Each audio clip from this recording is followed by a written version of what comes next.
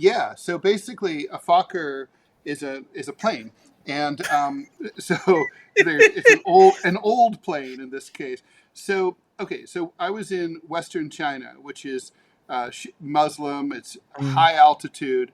It's called Xinjiang province, part of, and it's like I needed to get from there from Kashgar in Western mm, China over to Islamabad in Pakistan. And my original plan had with my traveling companion was to take a bus on the Karakoram highway, which I had done previously.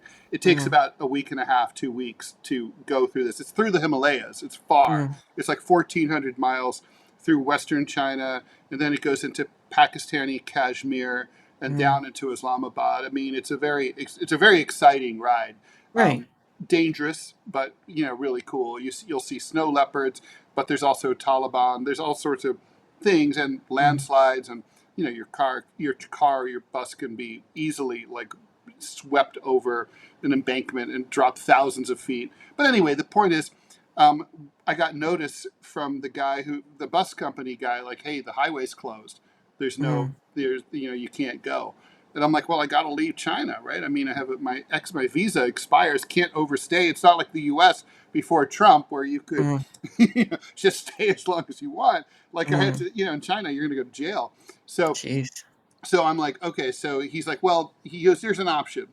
There's a plane, and I'm Mm, like, there's a plane. I go, that's great. How much is it? He's like $550 each. I'm like, done.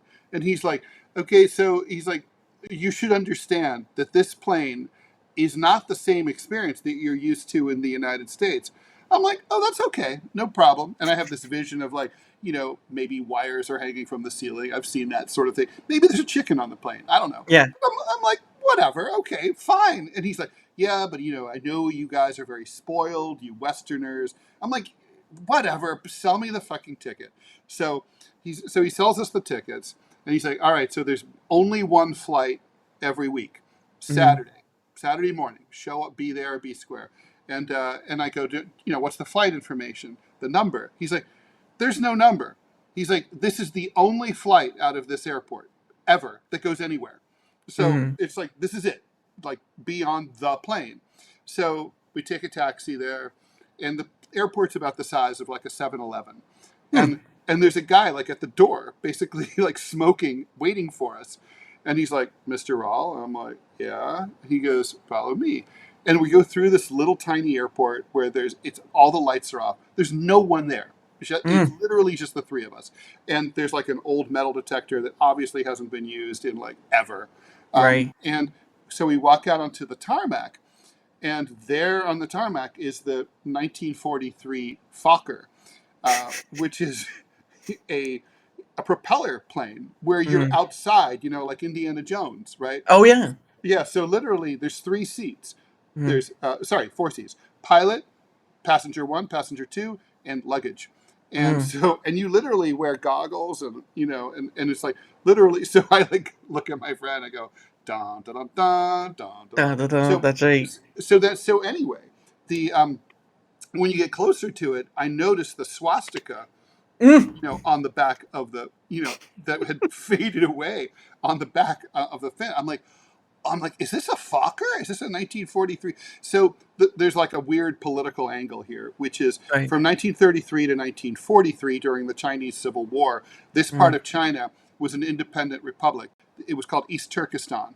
And Mm. it was in fact, there's like been a few movies that are said about it, like 7 Years in Tibet mentions it.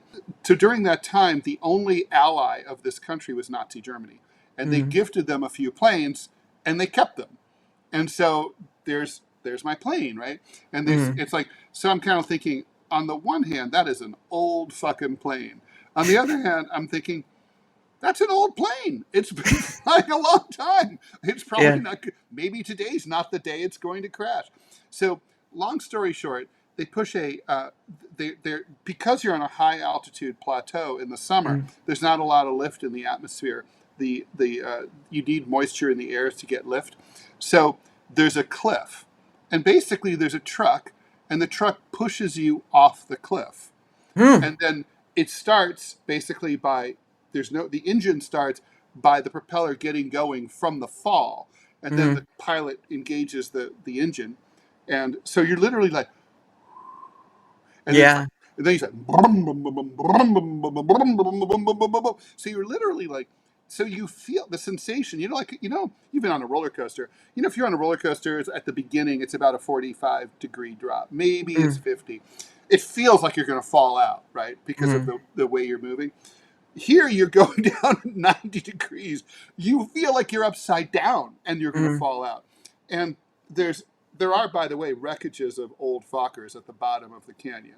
Mm. So not everyone makes it. Anyway, the point is, we do it. We're like screaming and crying like girls, like as we do this, right? We're just Mm. like, ah!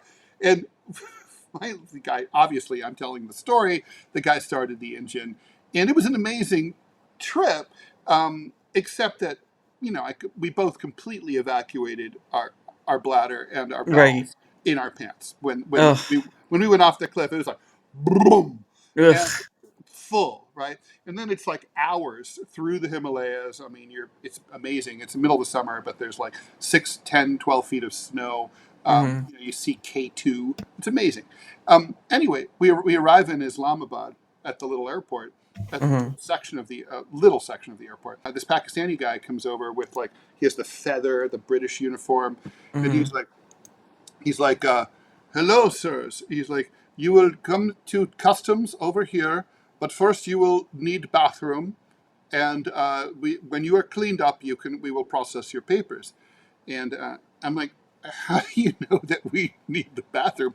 We do need the bathroom, but Mhm. how do you know? He's like, everyone on this flight needs the bathroom.